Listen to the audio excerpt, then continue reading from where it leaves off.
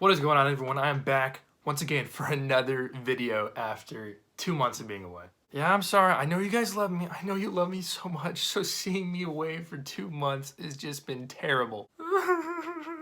But I know you guys got through it, and you're gonna love this video because last video we ranked the Heroes of Olympus covers, and this time I am going to rank the Percy Jackson covers right here. Now, the Heroes of Olympus covers were the 10th anniversary covers, but these are just... I really don't even know what these are. They're just new covers. They're just new covers. And I want to point out real quick that when you hold all of the books up like this, you can see the New York City skyline on the spines, which is amazing. Like, the time that went into designing this is just awesome, and it looks actually very cool when you look at it like that and you see all the buildings and everything. All right, and now let's get the books out. Yes, sir. Alright, so real quickly, just as a reference point, I'm going to show you all of the books. This is the Lightning Thief right there, as you can see. This is the Sea of Monsters right there. This is the Titan's Curse. The Battle of the Labyrinth right there, the Battle of the Labyrinth. Last but not least, we have the Last Olympian right there. Alright, so coming into last place, and I know some of you guys are probably going to love this cover, but coming into last place, I have to do it, is the Titan's Curse. And the main reason for this is, in my last video, the main reason for me ranking stuff lower on the list was because it was just non-active. Like, the covers was just like Percy, Hazel, and Frank sailing. They weren't doing anything. They were just sailing on a boat. This one is the same. Percy is just riding on blackjack. Oh my gosh, but that's so awesome. Ah! No, it's just him riding on blackjack. Like, I agree, it's very cool to see somebody riding a flying horse, but... wow, that is a sentence I never thought I would say.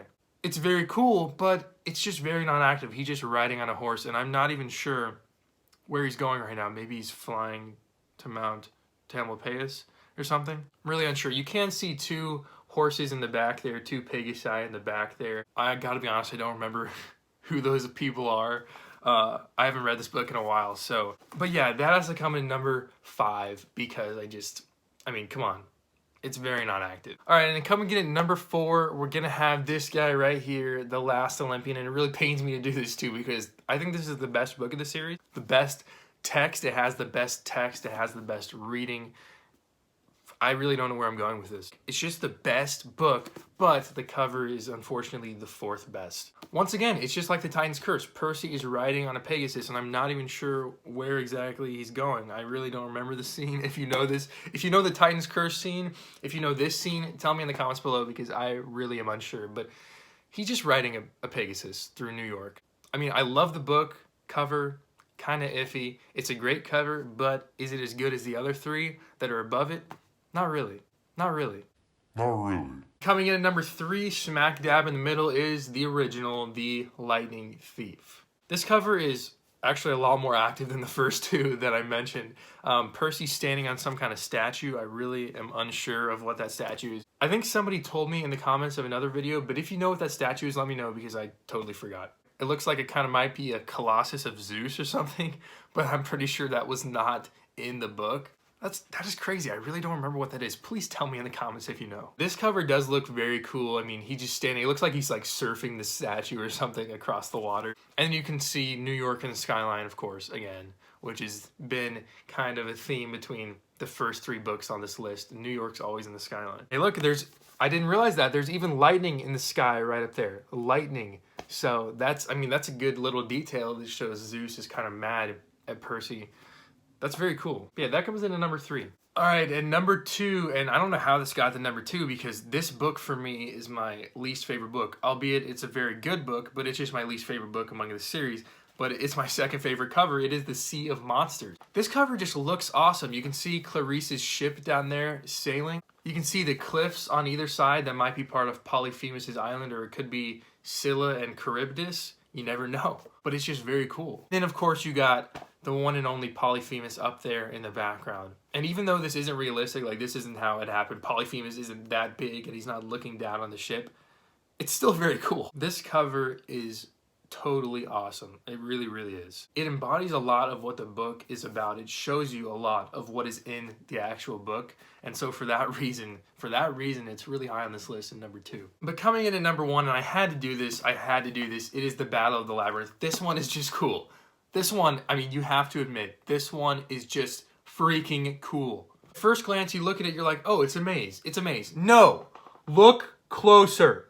Look closer. There's 3 people running through it. I wonder who that is. No, seriously, I wonder who that is because I really don't know. Because on one hand, you have Percy, Annabeth, Grover, and Tyson going into the maze at the beginning of the book for the quest, but then that kind of ends, and then you have Percy, Annabeth, and Rachel going back into the maze to do whatever they were going to do. Upon further investigation, I believe that is Percy, Rachel, and Annabeth who are running to get to, I really don't remember where because I haven't read this in a long time.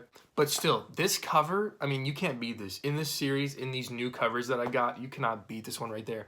And guys, if you know what this is in the background, I really am unsure of what that is. It looks like a humanoid face, but I don't think it is. I think it might be a building or something. So yeah, if you know what that is there in the background, that big dark thing right there, let me know. But still, this cover, even not knowing what that is, it is so cool to just look at this. And yeah, that is going to do it for this video. Just to recap here real quick, my number 5 was the Titan's Curse. My number 4 was the Last Olympian. My number 3 was the Lightning Thief. Number 2, Sea of Monsters. And coming in first place, the king of the Percy Jackson series covers, The Battle of the Labyrinth. Guys, thank you so much for watching. I know it's been a long time since I uploaded a video, and I thank you guys for sticking around and waiting for this to happen because somebody suggested this video idea on the last video, and I did it. I did it because, you know, I did the Heroes of Olympus, gotta do Percy Jackson after that, so it was a great video idea. And if you guys have any video ideas for me, please comment them in the comment section below. After I get out of college, which is gonna be in less than a month, I'm gonna have a lot more time to do videos and hopefully a lot more fun videos, you know, talking about the upcoming Percy Jackson TV series, the upcoming Kane Chronicles movies on Netflix, all that stuff. It's gonna be a great time. So yeah, let me know in the comments if you want to see any other videos and I will try and get those out as soon as possible. And with all that being said, thank you guys so much for watching and we will see you next time.